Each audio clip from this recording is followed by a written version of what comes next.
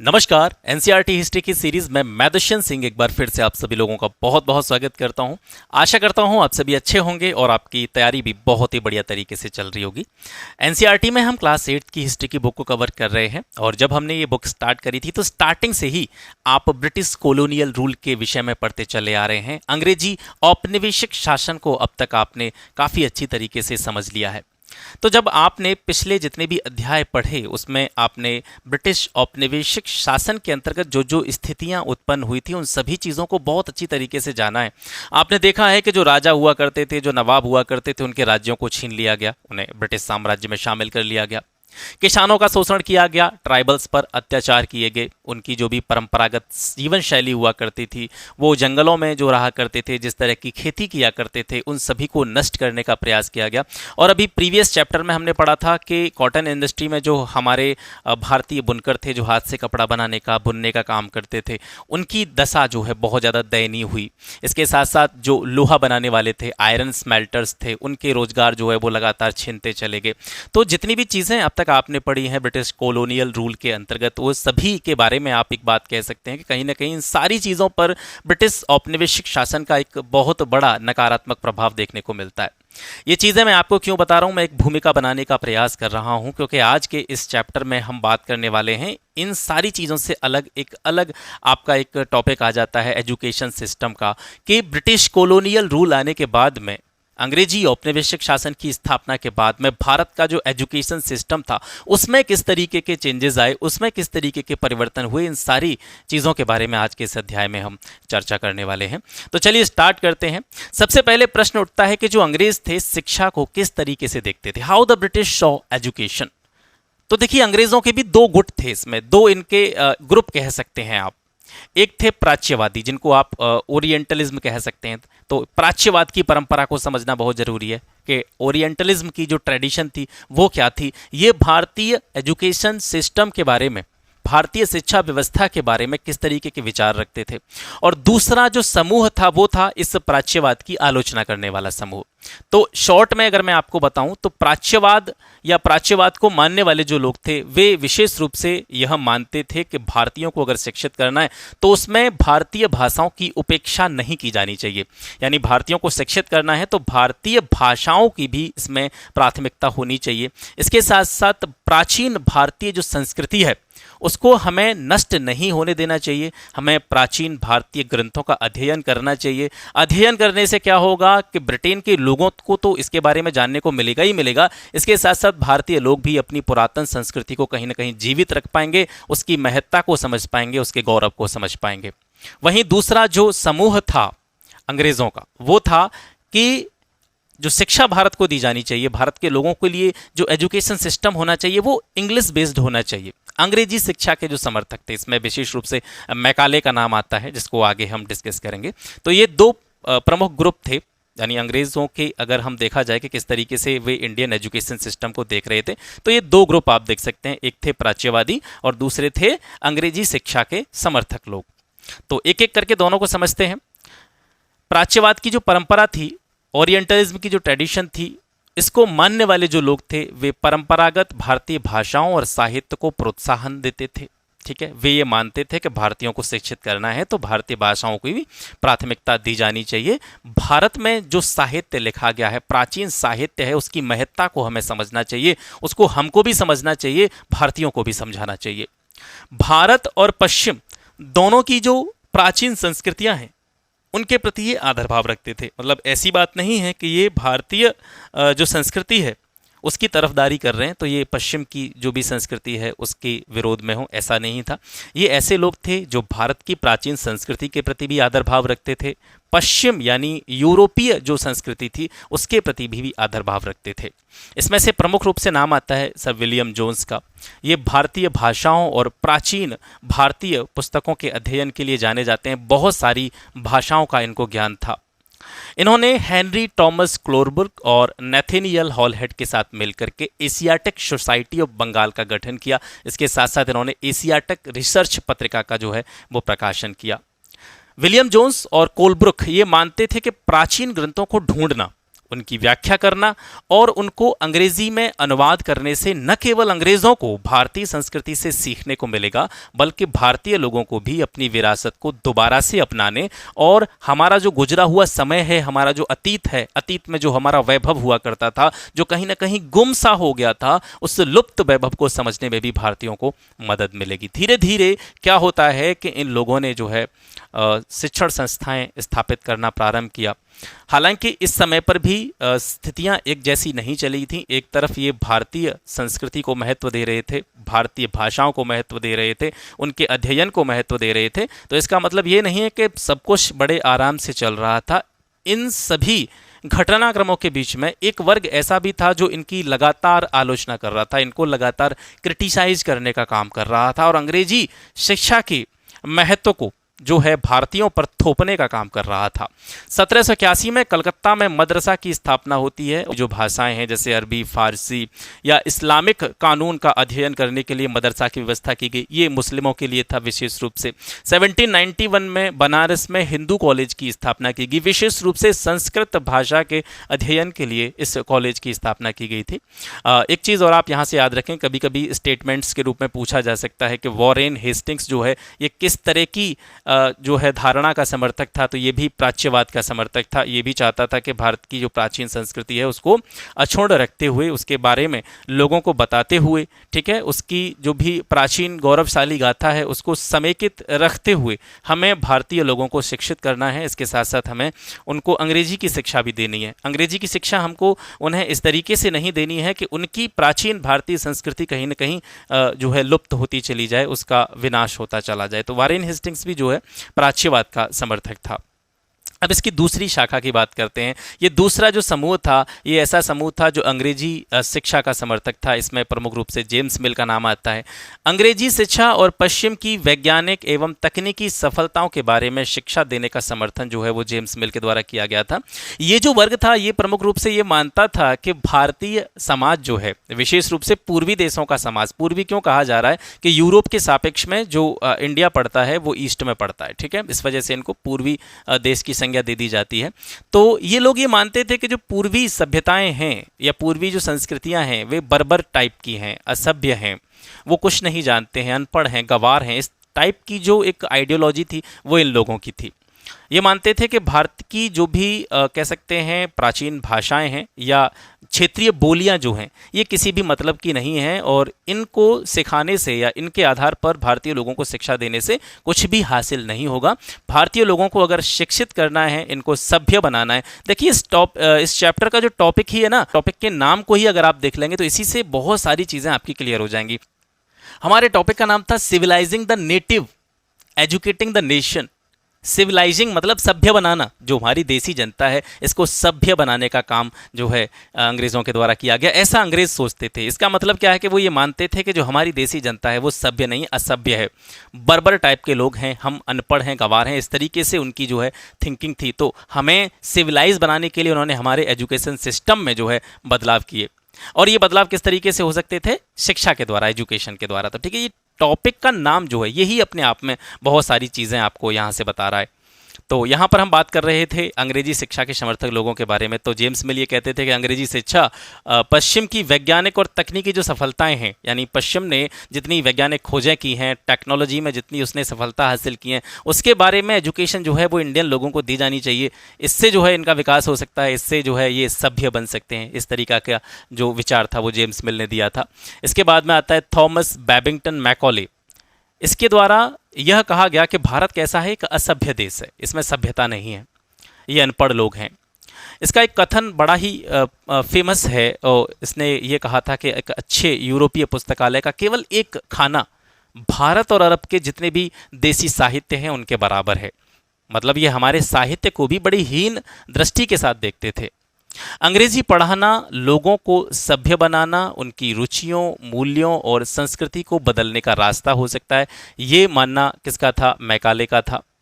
Macaulay का जो minutes है, मैकाले का जो विवरण है, मैकाले ने इंडियन एजुकेशन सिस्टम का अध्ययन करके जो अपना एक विवरण दिया था, उसके आधार पर 1835 में शिक्षा अधिनियम पारित किया गया। और इस शिक्षा अधिनियम के अंतर्गत मदरसे और जो संस्कृत कॉलेज, जिसके बारे में भी हमने पढ़ा था, जो कि प्राच्यवादियों के सहयोग के बाद में खोले गए थे, तो मदरसे और संस्कृत कॉलेजों को प्रोत्साहन न दे करके अंग्रेजी को हायर एजुकेशन का मीडियम बनाया जाना चाहिए, इस तरीके का डिसीजन जो है 1835 के शिक्षा अधिनियम में लिया गया था।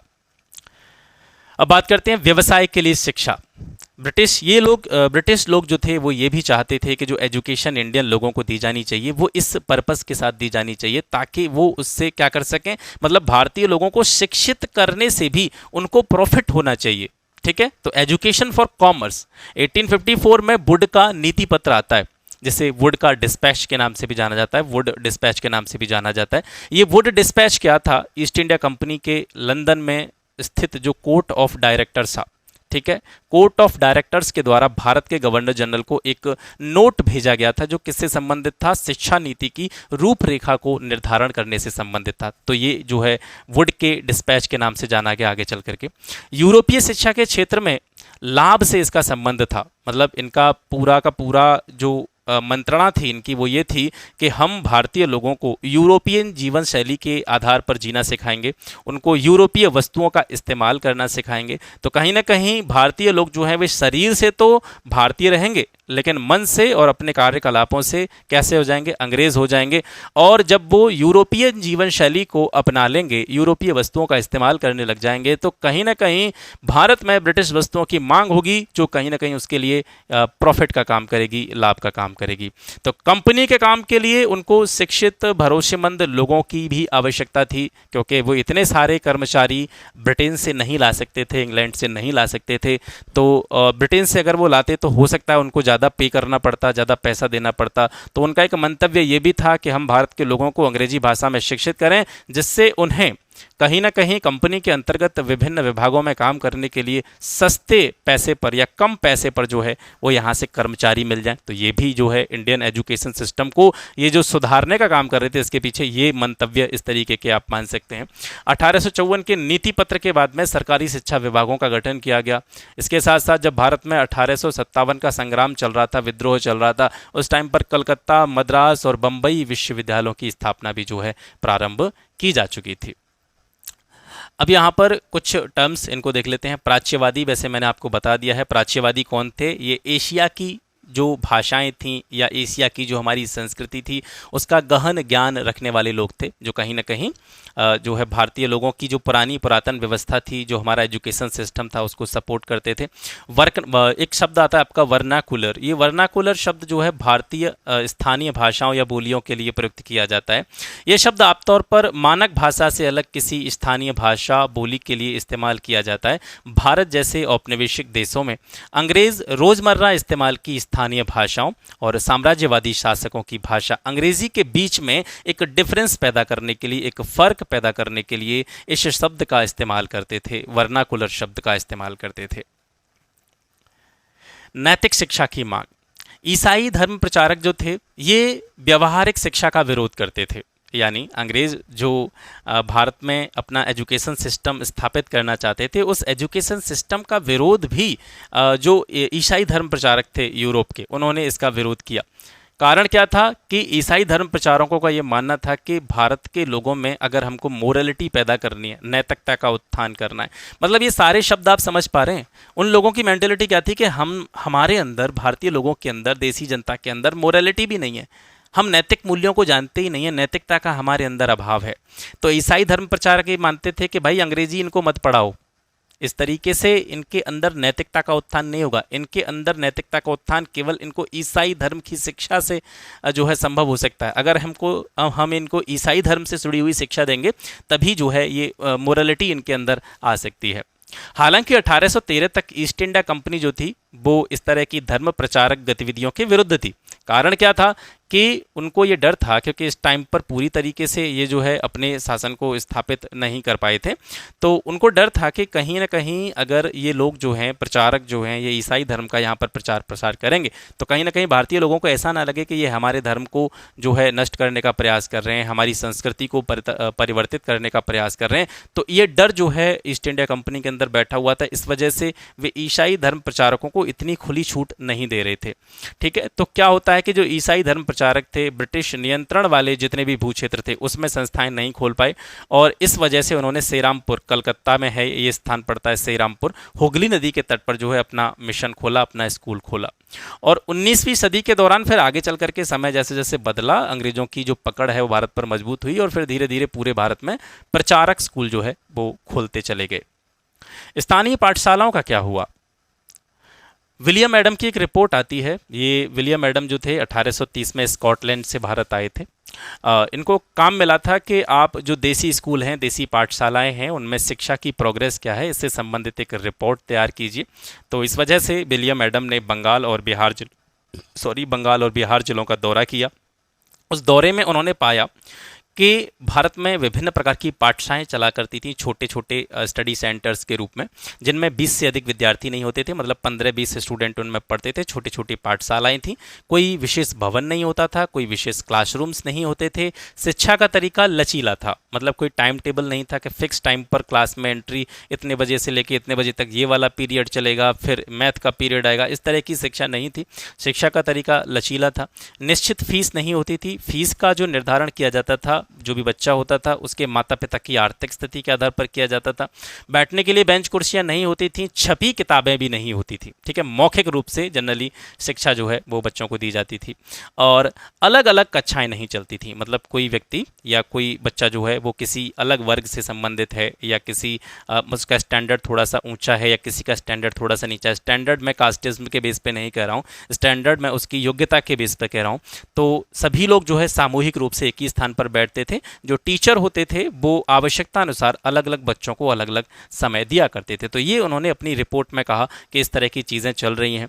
तो ये सारी चीज़ें जब ये रिपोर्ट इसकी तैयार हो गई, ये रिपोर्ट जो है ब्रिटिश गवर्नमेंट के पास में पहुंचती है, तो फिर ब्रिटिश सरकार ये महसूस करती है कि अब हमें नए नियम बनाने की ज़रूरत है। पढ़ाई लिखाई के लिए एजुकेशन सिस्टम में एक नई दिनचर्या की आवश्यकता है। तो 1854 के बाद में कंपनी ने देसी शिक्षा व्यवस्था में सुधार लाने का फैसला किया।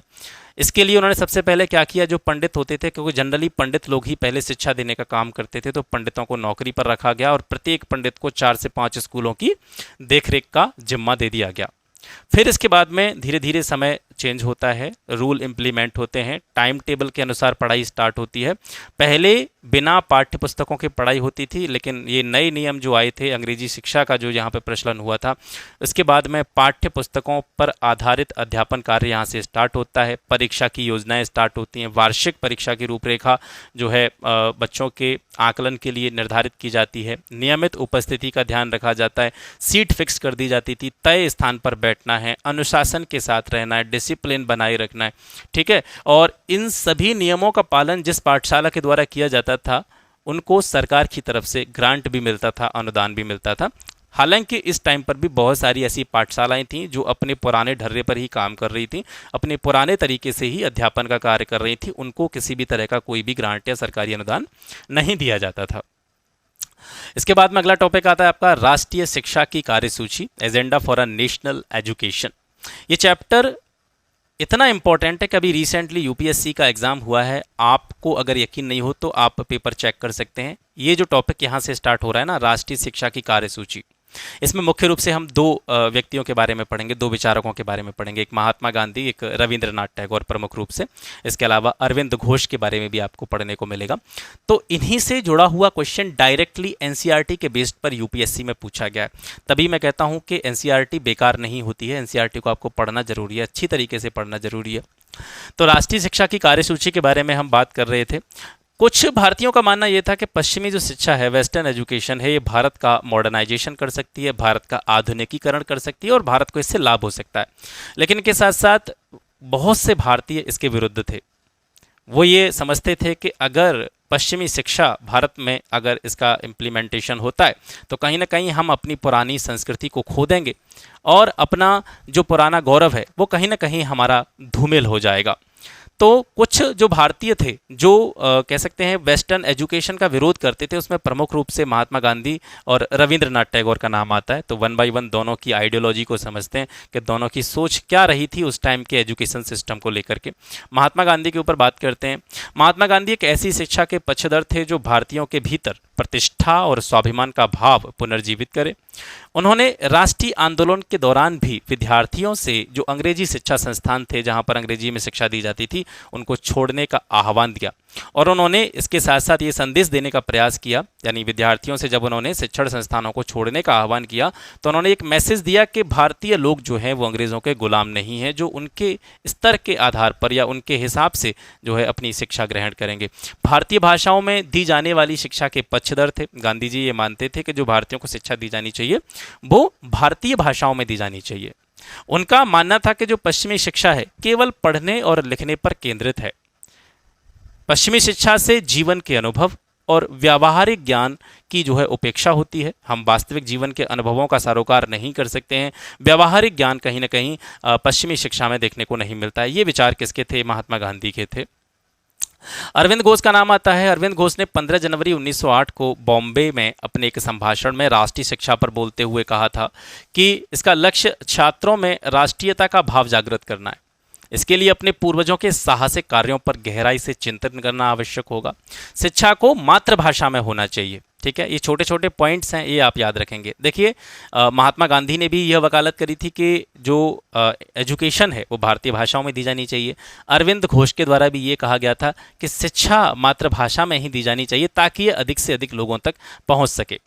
अरविंदों ने इस बात पर भी बल दिया कि छात्रों को अपने मूल के साथ जुड़े रहना चाहिए, फिर भी उनको आधुनिक वैज्ञानिक आविष्कारों और लोकप्रिय शासन व्यवस्था के संदर्भ में पश्चिमी देशों के अनुभव का भी भरपूर लाभ उठाना चाहिए। मतलब पश्चिम के देशों ने उस टाइम पर जो प्रगति करी थी, जो उन्होंने जोग्राफिकल इन्वेंशंस करी थी, आविष्कार करे थे, ठीक है, जो शासन व्यवस्था वहाँ पर चल रही थी, तो ऐसी बात नहीं है कि आप पूरी तरीके से अपना पश्चिमीकरण कर लें। अरविंद घोष का मानना था कि बेशक मातृभाषा में शिक्षा दी जानी चाहिए, लेकिन ऐसी बात नहीं है कि आप यहीं पर बने रहें, क्योंकि समय बदल रहा था, मॉडर्नाइजेशन हो रहा था, आधुनिकीकरण हो रहा था। तो उनका मानना ये भी था कि कहीं ना कहीं हमें पश्चिम के जो लोकप्रिय शासन व्यवस्था है या उनके जो वैज्ञानिक आविष्कार हैं, उनकी जो प्रगति है, उनके अनुभव से हमको लाभ उठाना चाहिए, हमें सीखना चाहिए कि हम किस तरीके से ये सारी चीज़ें अपने यहाँ पर भी कर सकते हैं। इसके अतिरिक्त छात्रों को कोई हस्तकला भी सीखनी चाहिए ताकि वे स्कूल छोड़ने के बाद में अगर कोई भी जो है काम है वो कर सकें। मतलब यहाँ पर बात हो रही थी किसकी? स्किल की। मतलब जो आप जैसे वर्तमान समय भी आप देख रहे हैं सबसे ज़्यादा काम किस पे हो रहा है? गवर्नमेंट सबसे ज़्यादा किस पे ध्यान दे रही है? स्किल डेवलपमेंट पे ध्यान दे रही है। तो इसके अतिरिक्त ये मानते थे अरविंद घोष के छात्रों को स्कूल जब जैसे ही उनका समाप्त होता है, उनका एजुकेशन जो है वो समाप्त होती है, उसके बाद में उन्हें कोई ना कोई ऐसी स्किल सीखनी चाहिए, कोई हस्तकला सीखनी चाहिए ताकि उनकी एजुकेशन पूरा होने के बाद में वो कोई ना कोई रोजगार पा सकें। इसके बाद में आते हैं टैगोर के बारे में। टैगोर का शांति निकेतन। देखिए, टैगोर एक ऐसा स्कूल खोलना चाहते थे जहां बच्चे खुश रह सकें, जहां वे मुक्त और रचनाशील हों और अपने विचारों और आकांक्षाओं को समझ सकें। टैगोर ये मानते थे कि शिक्षा या शिक्षण जो है अंग्रेज़ों द्वारा स्थापित की गई शिक्षा व्यवस्था के कड़े और बंधनकारी अनुशासन से मुक्त होना चाहिए। मतलब बहुत ज़्यादा डिसिप्लिन्ड पढ़ाई नहीं होनी चाहिए। वे मानते थे कि जो क्रिएटिव एजुकेशन है, सृजनात्मक शिक्षा है, वो केवल प्राकृतिक परिवेश में ही प्रमोट की जा सकती है। मतलब आप किसी कह सकते हैं चार दीवारी में बंद रह करके एक क्रिएटिव एजुकेशन डेवलप नहीं कर सकते, उसको प्रमोट नहीं कर सकते, ऐसा मानना रविंद्रनाथ टैगोर जी का था। तो इस वजह से उन्होंने 1901 में कलकत्ता से 100 किलोमीटर दूर जाकर के ग्रामीण परिवेश में अपना स्कूल खोला था, जिसे शांति निकेतन के नाम से जाना गया। टैगोर और महात्मा गांधी के जो विचार थे उनके बीच में प्रमुख अंतर क्या था? प्रमुख अंतर ये था कि गांधी जी जो थे पश्चिमी सभ्यता, मशीन एवं प्रौद्योगिकी, इनकी जो उपासना उस टाइम पर लोग कर रहे थे उसके कट्टर रूप से आलोचक थे। न तो वो ये चाहते थे कि अंग्रेजी भाषा में शिक्षा दी जाए। पश्चिमी सभ्यता जिस तरीके से भारत में अपना घर करती जा रही थी, वे इसके भी विरोधी थे। ठीक है, टैगोर जो थे ये भी भारतीय भाषाओं को महत्व देते थे, भारतीय भाषाओं के अंतर्गत ही शिक्षा भारतीय लोगों को दी जानी चाहिए, इस बात के समर्थक थे। लेकिन इसके साथ साथ ये आधुनिक पश्चिमी सभ्यता और भारतीय परंपरा के श्रेष्ठ तत्वों का सम्मिश्रण चाहते थे। मतलब ये ऐसा चाहते थे कि कुछ अच्छी चीज़ें जो भारत में हैं उनको लिया जाए। बेशक अंग्रेज़ों की जो शिक्षा व्यवस्था है ख़राब है, हमारे अनुरूप नहीं है, लेकिन वहाँ से भी आपको दो चार चीज़ें तो अच्छी मिल ही सकती हैं।